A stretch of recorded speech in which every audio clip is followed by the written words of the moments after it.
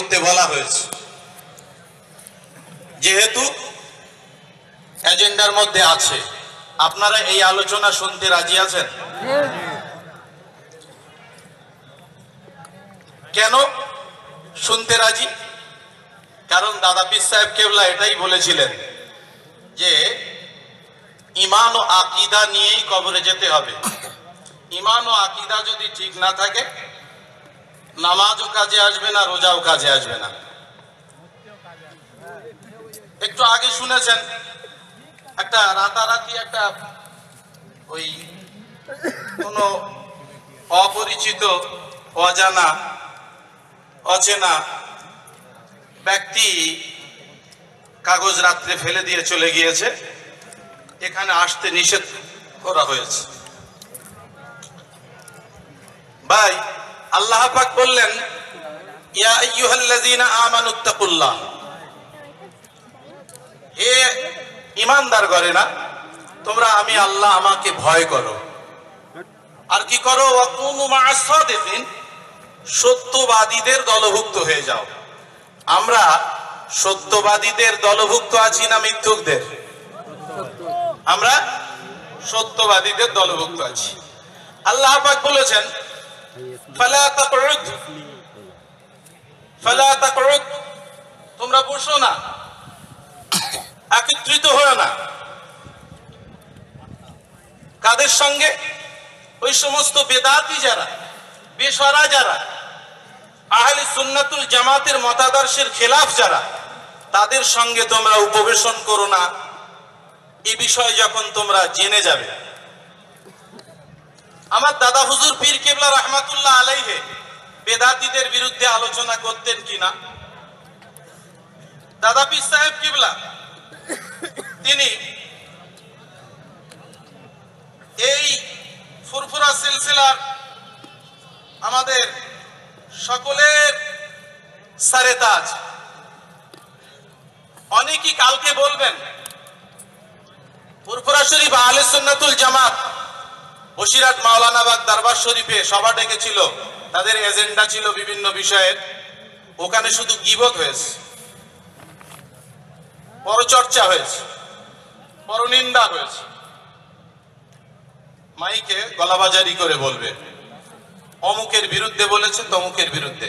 আচ্ছা, দাদা হুজুর কেবলা বিরুদ্ধে কারো বলেছেন কিনা একটু দেখি।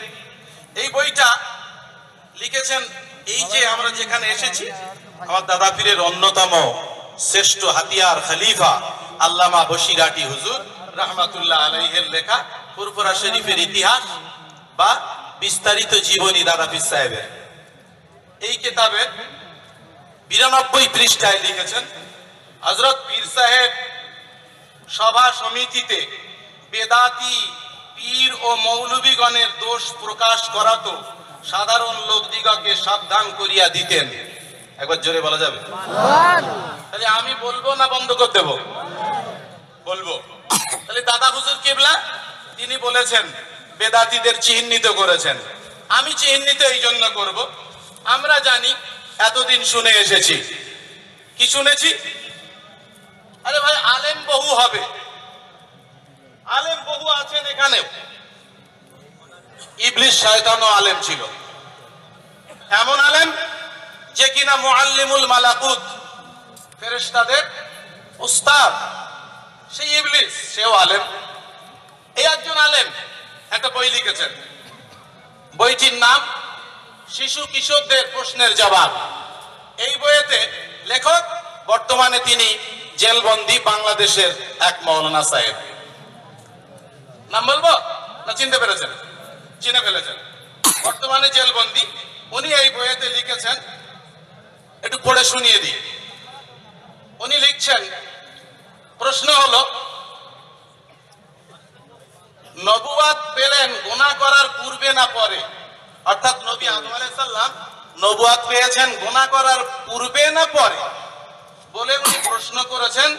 ওনার এক ছাত্র আব্দুল হাদি গালিব, মাদ্রাসা ছাত্র, আমার শিক্ষকের মুখে শুনে থাকি হযরত আদম আলাইহিস সালাম গুনাহ করার পর তাকে পৃথিবীতে প্রেরণ করা হলো এবং তিনি শত শত বছর ধরে এমন ভাবে কাঁদাকাটি করেছিলেন যে অশ্রু ধারা প্রবাহিত হবার কারণে তার মুখমণ্ডলে গোশত ক্ষয়ে গিয়েছিল, তারপর আল্লাহ তাকে ক্ষমা করেছিলেন।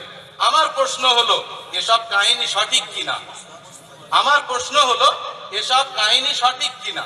এবং তাকে নবুয়তের পদমর্যাদায় ভূষিত করা হয়েছিল গুনাহ করার পূর্বে না পরে? এটা হলো প্রশ্ন। উত্তর দিচ্ছেন, তুমি যেমন তোমার শিক্ষকের মুখে হযরত আদম আলাইহিস সালাম সম্পর্কে ভুল তত্ত্ব শুনেছো, অনুরূপ তোমার শিক্ষকও এই ভুল তত্ত্ব কারো মুখে শুনে থাকবেন। মানব জাতির আদি পিতা ভুল করেছিলেন জান্নাতে থাকতেই, এবং সেখানেই তিনি যখন অনুভব করলেন যে তিনি ভুল করেছেন, তৎক্ষণাৎ তিনি নিজের ভুলের স্বীকৃতি দিয়ে আল্লাহ তাআলার কাছে ক্ষমা চাইলেন। আল্লাহ তাআলা তাকে ক্ষমা করলেন। শুধু ক্ষমা করলেন না, তাকে নবুয়তের পদমর্যাদায় ভূষিত করে বেগুনাহ অবস্থায় পৃথিবীতে প্রেরণ করলেন। আমরা এতদিন শুনেছিলাম নবী আদম কান্নাকাটি করেছেন বহুদিন ধরে, তারপর আল্লাহ দোয়া কবুল করলেন এই দুনিয়াতে, তাই তো ভাই? উনি বললেন এটা ভুল, এটা ভুল। মূল মাকসাদ তার এটাই যে নবী আদম আলাইহিস সালাম যে আল্লাহ রাসূলের ওসিলা দিয়ে দোয়া চেয়েছিলেন, এই ওসিলাকে অস্বীকার করার জন্য, ইনকার করার জন্য তিনি এটা লিখলেন যে না, যা ঘটেছিল জান্নাতে, ওখান থেকে নবী হয়ে দুনিয়ায় এসেছেন। ও ভুল দুনিয়ায় এসে ক্ষমা চাননি। আল্লাহর নবী আদম আলাইহিস সালাম কোথায় ক্ষমা চেয়েছিলেন? হাদিস খুললে তা জানতে পারি। একাধিক সহিহ হাদিসের কিতাবে রয়েছে। নবী আদম বললেন, ইয়া রাব্বি ইগফিরলি বিহাক্কি মুহাম্মাদিন সাল্লাল্লাহু আলাইহি ওয়াসাল্লাম, আই বিওয়াসিলাতি মুহাম্মাদিন সাল্লাল্লাহু আলাইহি ওয়াসাল্লাম। কোন আয়াতে এসেছে নবী আদম বললেন, হে আল্লাহ, আমাকে ক্ষমা করে দিন, আমার দোয়াটা কবুল করে নিন নবী মুহাম্মদ সাল্লাল্লাহু আলাইহি সাল্লামের ওসিলায়। একবার জোরে বলুন সুবহানাল্লাহ। নবী আদমের এই দোয়া, এই কথা শুনে হযরতে নবী আদমের দিকে এবারে দৃষ্টি দিয়ে আমার আল্লাহ পাক তাকে লক্ষ্য করে বলেছিলেন, قال الله تعالى يا آدم كيف عرفت محمدا صلى الله عليه وسلم। হে আদম, তুমি আমার নবী মুহাম্মদ সাল্লাল্লাহু আলাইহি সাল্লামকে কি করে চিনতে পারলে? তাকে তো এখনো পাঠাইনি, তাকে তো এখনো বানাইনি, তুমি কি করে চিনলে? নবী আদম বলেছিলেন, قال لما خلقتني بيدك ونفخت في من روحك فرفعت راسي فرأيت على قوائم العرش مكتوبا لا إله إلا الله محمد رسول الله। কলেমা শরীফ লেখা দেখলেন, বাংলাদেশের ভদ্রলোক, তিনি বলছেন এই কলেমাটা হলো কলেমাতুশ শিরক। এই কলেমা পড়লে মানুষ আরো মুশরিক হয়ে যায়। বলুন নাউজুবিল্লাহ। তাহলে আলেম যত বড়ই হোক, বক্তা যতই বড়ই হোক, মক্কা শরীফের ইমাম যদি ভুল করেন, তার পিছনে ভারতবর্ষের জমিনের ছোট্ট ছেলে সে যদি ইক্তেদা করে, কেরাতে যদি ভুল হয়, তার লোকমা দেওয়ার অধিকার আছে না নাই? আছে। অতএব আমি আজকে এখানে এ কথাটুকুই বলতে চাচ্ছি। এক বক্তা বলছেন, কি বলছেন? বলছে ফুরফুরা সিলসিলা, ফুরফুরা সিলসিলা খায় না মাকে। ফুরফুরা সিলসিলা লুঙ্গি না গেঞ্জি? শুনেছেন আপনারা? শুনেছেন? মিথ্যা বলিনি তো? আমার কাছে মোবাইল আছে, এক্ষুনি শুনিয়ে দিতে পারবো, রেকর্ড, ভিডিও রেকর্ডিং। হায় হায় আফসোস, তোমার বাপ সে যে বলল ফুরফুরা সিলসিলায়ে ফুরফুরা শরীফ, তোমার বাপকে তো আগে জিজ্ঞাসা করা দরকার ছিল। এটা দেখেছেন? এই যে এই কাগজ, এই কাগজে খড়মপুরে ওলামা সম্মেলনে ভদ্রলোক বক্তব্য যে রেখেছিলেন, সেই হাফেজ শামসুর রহমান তার বক্তব্যে বলেন, আমরা যারা ফুরফুরা ও বসিরহাট সিলসিলার ভক্ত বলে, এখানে বাল দাবিদার রয়েছে, ওটা টাইপ মিস্টেক, বলে দাবিদার। তাহলে ফুরফুরা সিলসিলা বললো না বলেনি? সেটা এই পেপারে লেখা হলো। হুঁশ নেই খোকা?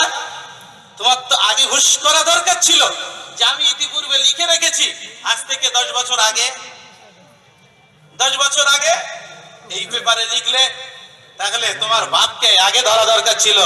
বাপজি, তুমি ফুরফুরা সিলসিলা এটা খায় না মাকে, ফুরফুরা সিলসিলা, জামানা গেঞ্জি, লুঙ্গি না প্যান্ট, তোমার বাপকে যে জিজ্ঞাসা করা দরকার ছিল, তোমার বড় ভাইকে জিজ্ঞাসা করা দরকার ছিল। যে বই লিখেছে, বইয়ের পাতায় পাতায় সিলসিলায় ফুরফুরা শরীফ, আবার কখনো কখনো লিখে দিচ্ছে ফুরফুরা সিলসিলার হাতিয়ার। ফুরফুরা সিলসিলা হাতিয়ার, আর ছুটে যাচ্ছে সেই আসামের জঙ্গলের দিকে, ছুটে যাচ্ছে আসামের জঙ্গলের দিকে।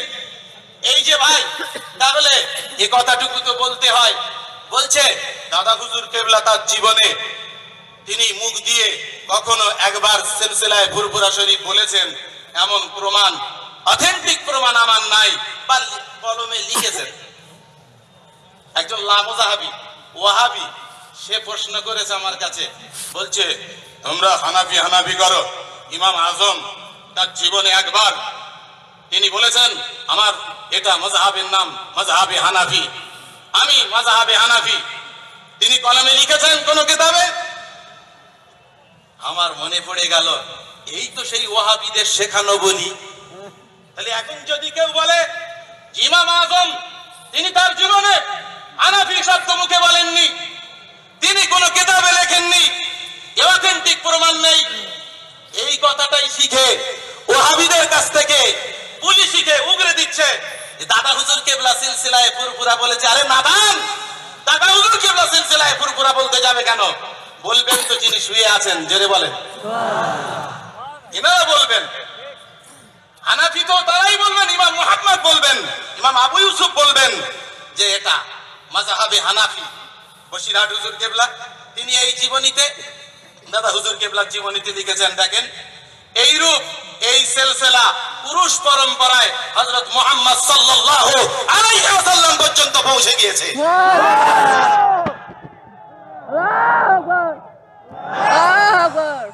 এই দেখেন সিলসিলা খায় না মাকে, এই প্রাণীটার জানা নাই, এই প্রাণীটার জানা নাই। এই বইটা বর্তমানে ফুরফুরা শরীফের বর্ষিয়ান পীর আল্লামা সাইফুদ্দিন সিদ্দিকী মাদ্দাজিল্লাহুল আলী, ভারত গৌরব, বঙ্গ গৌরব, পীর ও মুর্শিদ, তার লেখা, দেখেছেন মিনহাজুস সালিকিন। এই কিতাবে হুজুর কেবলা লিখেছেন সিলসিলায়ে ফুরফুরা শরীফ। এই দেখেন ফুরফুরা সিলসিলা 19 পৃষ্ঠা, 19 পৃষ্ঠায় লিখেছেন, বলছেন হেডলাইন, এখানে যে জেনে এসো, এই বইটা পড়ে নিও বাবু। ফুরফুরা সিলসিলা খায় কি মাকে, জামা কি গেঞ্জি, লুঙ্গি কি প্যান্ট, তুমি পেয়ে যাবে উত্তরটা। এই বইটা পড়ে নিও, সব পড়ে শোনাতে পারবো না, দেখিয়ে দিচ্ছি শুধু। ভাইয়া, এই বক্তা গোপালপুরে বক্তব্য দিতে দিতে বলে ফেললো কি, বলছে মূলটা দেখো, মূল, মূল কি? আলেম, বেশক আলেম মূল, এতে কোনো সন্দেহ নাই, অবশ্যই আলেমদের সম্মান রয়েছে, মর্যাদা রয়েছে, বেশক। কিন্তু তুমি আলেমদের মর্যাদা বোঝাতে যে, সম্মান বাড়াতে যে তুমি জাল হাদিস বলবে, পীরজাদাদের বিরোধিতা করতে যে বলছে পীরজাদাদের মানতে হবে, কোথায় রয়েছে? পীরজাদাদের সম্মান করতে হবে, এদের মানতে হবে, কিয়ামত পর্যন্ত সময় দিলাম, পীরজাদার মানা দেখিয়ে দেবা কিয়ামত পর্যন্ত সময়। ওই আপনার মাওলানা সাহেব, মুফতি সাহেব, তিনি তার বক্তব্যে বলে দিলেন, আর আমরা সবাই পাগল হয়ে গেলাম যে পীরজাদার মানতে হবে না, পীরজাদার মানার কথা বোধহয় এই কোরআন হাদিসে নাই, বুঝেছেন? এই কথা বক্তব্য দিতে দিতে এই মাওলানা সাহেব বললেন, বলে একটা হাদিস পেশ করলেন, উলামা ও উম্মতি কাম্বিয়ায়ে বনি ইসরাইল, অর্থাৎ বনি ইসরাইলের নবীদের সমতুল্য আমার উম্মতের আলেমরা। জোরে বলবেন, আস্তাগফিরুল্লাহ বলেন। বলে হাদিস বলেছে যে হাদিস শরীফে রয়েছে উলামা ও উম্মতি কাম্বিয়ায়ে বনি ইসরাইল। এই দেখেন মুফতি আজম মির্জা হুজুর কেবলা, তিনি তার কিতাবে লিখেছেন, এই কিতাবটির নাম নারে তাকবীর, নারে তাকবীর। আমাদের সকলের বড় ভাইজান হুজুর পীর কেবলা, নারে তাকবীর। मेहराब भाईजान हुजूर पीर केबला, मेहराब भाईजान हुजूर पीर केबला, मेहराब भाईजान हुजूर पीर केबला, मेहराब भाईजान हुजूर पीर केबला। রাস্তাটা ক্লিয়ার রাখবেন। আপনারা যদি দেরি করেন এখানে আলোচনাও ভাই করার সময় পাবেন। সময়ের দিকে খেয়াল করে ভাইজান হুজুরকে আসতে দেন। খবরদার কেউ হাত বাড়াবেন না। রাস্তাটা ক্লিয়ার রাখবেন, ভাইজান হুজুরকে আসতে দেবেন। আপনারা খবরদার ডিসিপ্লিন বজায় রাখেন, সুস্থভাবে পরিচালনা করার নিজেরা সহযোগিতা করেন। ভাইকে একটু আসতে দেন, সময়ের দিকে খেয়াল করুন। 4টে বাজতে যাচ্ছে। নারে তাকবীর, নারে দিবেন। আমাদের সকলের মেহরাব ভাইজান হুজুর পীর কেবলা, আমাদের সকলের মেহরাব ভাইজান হুজুর পীর কেবলা। নারে তাকবীর। পীরজাদা জুনায়েদ সিদ্দিকী ভাইজান হুজুর পীর কেবলা, পীরজাদা আবুজার সিদ্দিকী ভাইজান হুজুর পীর কেবলা, পীরজাদা আব্দুল গফফার সিদ্দিকী ভাইজান হুজুর পীর কেবলা। নারে দিবেন, নারে দিবেন। সকলে আমার মনে হয় বসে গেলে প্রোগ্রামটা করতে সুবিধা হবে। সকলে বসে, সকলে বসে, নিজ নিজ জায়গায় বসে যান। মুফতি সাহেব সংক্ষেপে দু কথা বলছে, একটু খেয়াল করে শোনান। বসুন, কথা বন্ধ করুন। গুরুত্বপূর্ণ আলোচনা, এটা নিয়ে বাড়ি যেতে হবে এবং আজকে অঙ্গীকার নিতে হবে বেদাতীদের থেকে আমরা আল্লাহর কথা মতো দূরে থাকবো। বলেন ইনশাআল্লাহ, বলুন ইনশাআল্লাহ। এই কিতাবটি আমার মুফতি আজম, আমার দাদা পীর সাহেবের একজন অন্যতম নক্ষত্র, তিনি লিখেছিলেন। মুফতি আজম মির্জা হুজুর পীর কেবলা রহমাতুল্লাহ আলাইহি তার 24 বছর বয়সে এই কিতাবটি লিখেছিলেন। কিতাবটির নাম আল মাওজুআত। এই কিতাবে তিনি লিখেছেন উলামা উম্মতি কাম্বিয়ায়ে বনি ইসরাইল, यानी मेरी उम्मत के उलामा बनी इसराइल के अंबिया के मानंद हैं। तिरमिजी, फातिमियारी और इब्ने हजर अस्कलानी उसको बेअसल फरमाते हैं। जोरे बोलुन। হুজুর বলছেন এটা হাদিস নয়, এ জালিয়াতদের বানানো কথা। আর সেই জালিয়াতদের বানানো কথা বলে মৌলভী সাহেব পীরজাদাদের বিরোধিতায়, পীর ভাইদের বিরোধিতায় বলছে পীরজাদাকে মানতে হবে, পীরজাদাকে সম্মান করতে হবে। দেখকে দেবা, কিয়ামত পর্যন্ত সময় দিলাম, তোর দেখকে দিচ্ছি, তুই দেখে যা। বশিরাত আল্লামা তিনি লিখেছেন বিস্তারিত জীবনীতে, ইহা যেন স্মরণ থাকে। বশিরাট হুজুর জেন্দাওয়ালি শুয়ে রয়েছেন, এখানে দাঁড়িয়ে বলছি। হুজুর লিখে গিয়েছেন 282 পৃষ্ঠায় বিস্তারিত জীবনীতে, ইহা যেন স্মরণ থাকে যে পরহেজগার শরীফুন নসব লোকদের সম্মান করা সকলের পক্ষে ওয়াজিব। জোরে বলেন। শরীফুন নসব বুঝতে পারেননি? ইয়া হযরত সাল্লাল্লাহু আলাইহি সাল্লাম ও সাহাবাগণের পাক রূহ সন্তুষ্ট হয়, ইয়াতে সাহাবাগণের এবং নবী পাকের রূহ খুশ হয়। আপনারা নবী পাকের সাহাবাদের রূহ খুশি করতে রাজি আছেন? দেখুন কারা আওলাদের আপনার শরীফুন নসব কাদের, তাদের বলে দিচ্ছেন বশিরাট হুজুর 181 পৃষ্ঠা বলছেন, যারা হযরত নবী সাল্লাল্লাহু আলাইহি সাল্লামের সাহাবা ও প্রাচীন বুজুর্গ দিকের আওলাদ, তাহাদিগকে শরীফুন নসব বলা হয়। আবু বকর সিদ্দিক, সিদ্দিক আকবরের আওলাদ, আমার পীর ভাইরা, এদের সম্মান আমরা করব না কি করব না? তাহলে ওই জাহেলকে দেখিয়ে দিতে হবে। আরো দেখিয়ে দিচ্ছি, এই বইটা কর্মবীর আল্লামা রুহুল আমিন, একটাও আমাদের ঘরের কিতাব না, এই দরবার থেকে বার হয়েছে, ছাপা হয়েছে, যাওয়ার সময় কিনে নিয়ে যাবেন। কর্মবীর আল্লামা রুহুল আমিন, বশিরাট হুজুরের জীবনী। এই কিতাবে লিখেছেন, আরে ভাই আমরা তো এখন যা মৌলবী না, যদি কোনো পীর ভাই, কোনো পীর সাহেব যদি বলে বাবা আমার পেশাব লেগেছে, পেশাব পেয়েছেন, ইস্তেঞ্জা পেয়েছে, আমরা কি করব বলেন? শুনতে পারি না অন্যদিকে, মানে আমি বুঝতে পারিনি। হ্যাঁ এরকম ভাববো না? এই দেখেন বশিরাট হুজুর কি ভাবতেন, দাদা হুজুর পীর কেবলা উনি বলছেন আমি ইস্তেঞ্জায় যাব।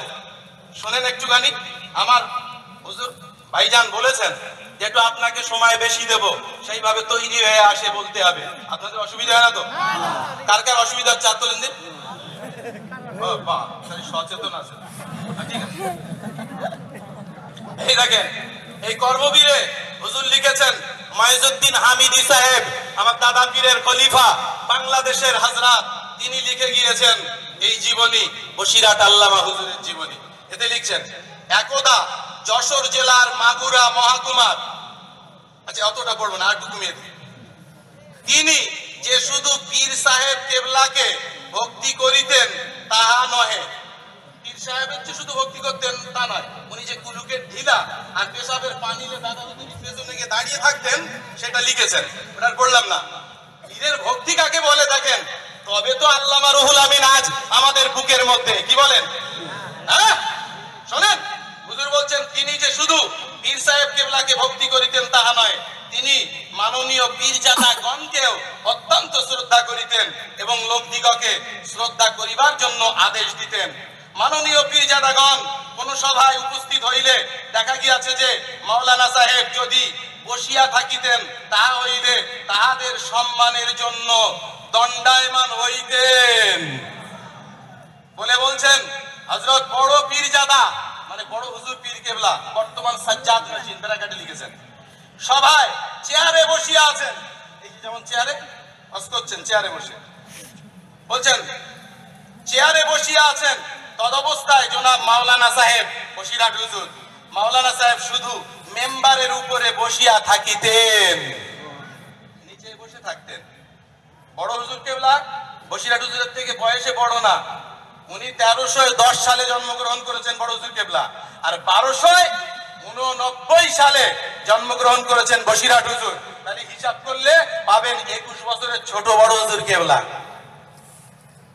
ওনার পীর সাহেবের থেকে বয়সে বড় হয়ে যাচ্ছেন, তার হাতে বায়াত হয়েছেন পরে দাদা হুজুরের পরে। হুজুর বলে বলছেন, পানিহাড়া গ্রামে জনাব আহমদ হোসেন সাহেব তার জীবনী পুস্তকের 24 পৃষ্ঠায় লিখিয়াছেন, আমাদের গ্রামে এক সভায় জনাব মাওলানা সাহেব তার শিশু মুরিদ হাজী মোহাম্মদ শাহাজিকে বলিয়াছিলেন, বাবা আমাকে তোমরা গরুর গাড়ি বা অন্য যে কোনো প্রকারে পারো লইয়া যাইও, কিন্তু গদ্দিনসীন পীর সাহেব আসিতেছেন, তিনি কখনো তোমাদের গ্রামে আসেন নাই, তাহাকে আনিবার জন্য তোমরা সুবন্দোবস্ত করো, হয় পালকি না হয় ঘোড়ার গাড়ির ব্যবস্থা করো, যেন তাহার প্রতি কোনো বেতমিজি না হয়। আমি পীরজাদাদের পালকি বহন করিতে রাজি আছি। কে বলছেন? বসিরহাট হুজুর পালকি কাঁধে করে নিয়ে যাবে পীরজাদাদের বলছেন। এরা হয়তো বলবে ও পীরজাদা আলাদা ছিল, ও পীরজাদা আলাদা, এ পীরজাদা আলাদা, এরা তো সব সবাই টাকা চেয়ে এলায়, এরা সবাই টাকা চেয়ে এলায়, টাকা চেয়ে এলায় হারামখোর বলে দিচ্ছে না, হারামখোর পীর সাহেব পীরজাদা আমাদের সবাইকে আলেমদেরকেও বলে দিচ্ছেন। আবার বড় হুজুর কেবলা রাহমাতুল্লাহ আলাইহি তিনি যখন গদ্দিনসীন হয়ে গেলেন, এই আমিনিয়া মাদ্রাসা, যে মাদ্রাসার প্রতিষ্ঠাতা বসিরহাট হুজুর, ওই মাদ্রাসায় দাওয়াত করেছিলেন বড় হুজুর কেবলাকে, দাওয়াত করে নিয়ে আসলেন হাফেজ মোবারক আলী রহমানী সাহেব, তিনি সঙ্গে করে নিয়ে এসেছিলেন। দরগাপুরি হুজুর তিনি তখন ওই মাদ্রাসার দায়িত্বে আছেন, দরগাপুরি হুজুর ওনাকে পাঠালেন। এবার ওয়াজ নসিহত হয়ে গেল, উনি লিখছেন, বিদায় কালে, ভাই শুনছেন তো, কথা বলবেন না, বিদায় কালে হুজুর দরগাপুরি সাহেব যথারীতি নজরানা দেন, বিদায় কালে হুজুর দরগাপুরি সাহেব যথারীতি নজরানা দেন।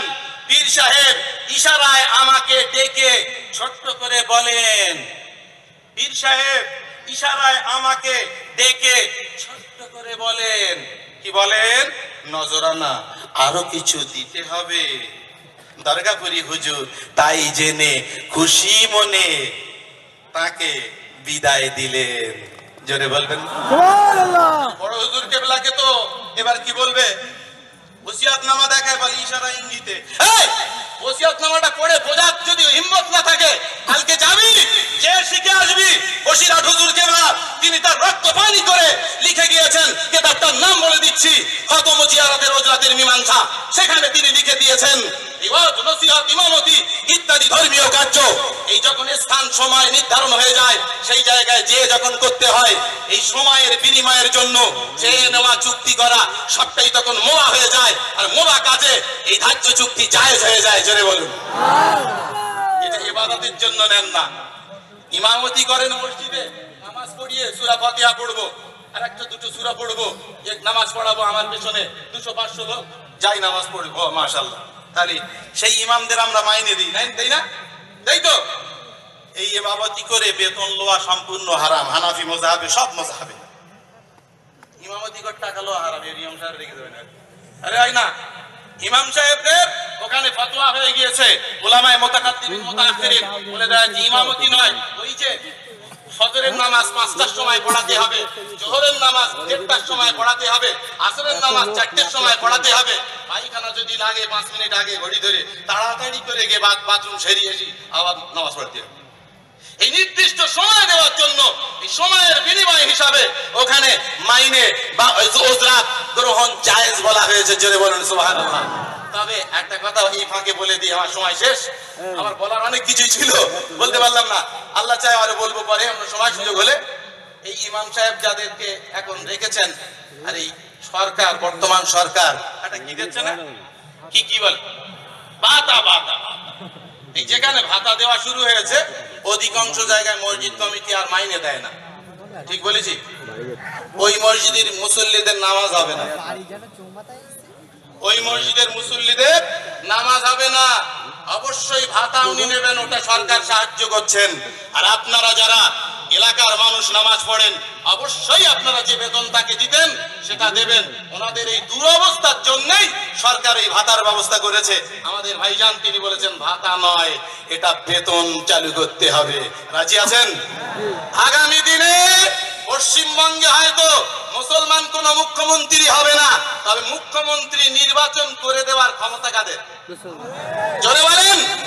সুতরাং এই মুখ্যমন্ত্রীর কাছে আমাদের বার্তা থাকবে যে আগামী দিনে এই চেয়ারে কে বসবে না বসবে সে চাবি কিন্তু এই মোল্লাজিদের হাতে।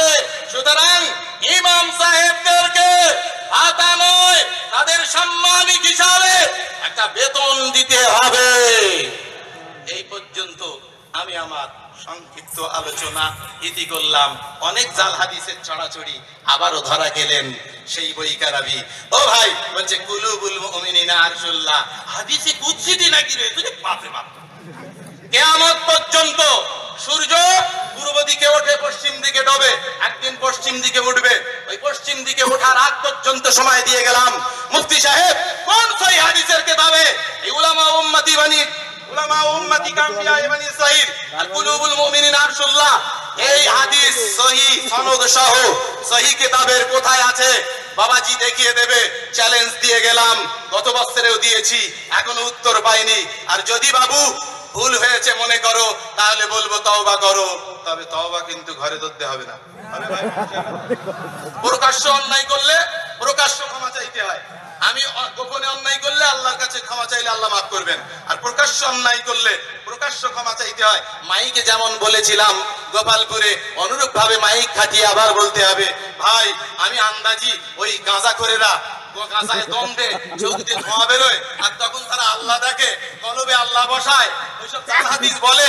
আমি ওর কাছে এই গল্প শুনে ওদের সাথে মিশে টিশে বলে ফেলেছিলাম, ভাই আমি তওবা করছি, আল্লাহ যেন মাফ করে, আর তোরা আমার জন্য দোয়া কর, আল্লাহ যেন মাফ করে। এই ছাড়া মাপ নাই। যাই হোক, ওয়া আখিরু দাওয়ানা আলহামদুলিল্লাহি রাব্বিল আলামিন। আর ভাইজান অনেকক্ষণ থেকেই পিঠে হাত করছেন, আমার জন্য দোয়া করবেন। দোয়া করবেন তো? দোয়া করবেন। কারা দোয়া করবেন? মাশাআল্লাহ। হুমকি ধুমকি অনেক কিছু চলছে, চলবে, পরোয়া নেই। আসসালামু আলাইকুম ওয়া রাহমাতুল্লাহ। মাওলানা